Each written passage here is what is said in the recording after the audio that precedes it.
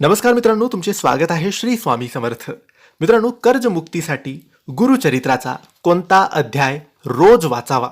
हो मित्रांनो, गुरुचरित्राचे चमत्कार तुम्हाला माहीतच असेल. जर आपण 7 दिवसांचे गुरुचरित्र संपूर्ण नियमांचे पालन करून केले तर आपल्या मनात जी इच्छा असते ती पूर्ण नक्की होते. जेही गोष्टीसाठी, ज्याही संकल्पासाठी आपण गुरुचरित्र संपूर्ण करतो ते आपल्याला नक्की मिळतं. हा चमत्कार आहे, हा अनुभव आहे जो स्वामी भक्तांना नक्की येतो.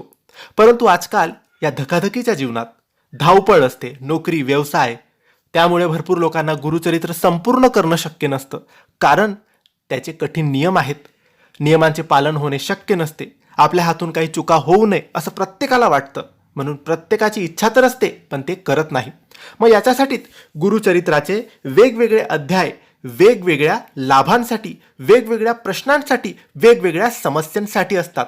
तर आज तुम्हाला असा एक अध्याय सांगणार आहे जो तुमची कर्जमुक्ती करू शकतो. आणि हा अध्याय तुम्हाला मनापासून, मनोभावाने, श्रद्धेने रोज सकाळी वाचायचा आहे.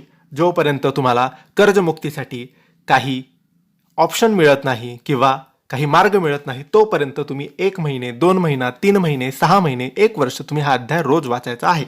आता हा अध्याय कोणता?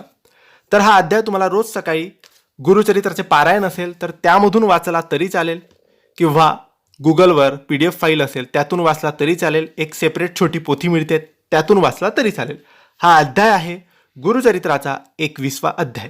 हो मित्रांनो, तुम्हाला गुरुचरित्राचा 21वा अध्याय कर्जमुक्तीसाठी पहिल्या दिवशी संकल्प करायचा आहे की हे स्वामी समर्था, माझे कर्ज मुक्त करून दे, माझे कर्ज कमी कर.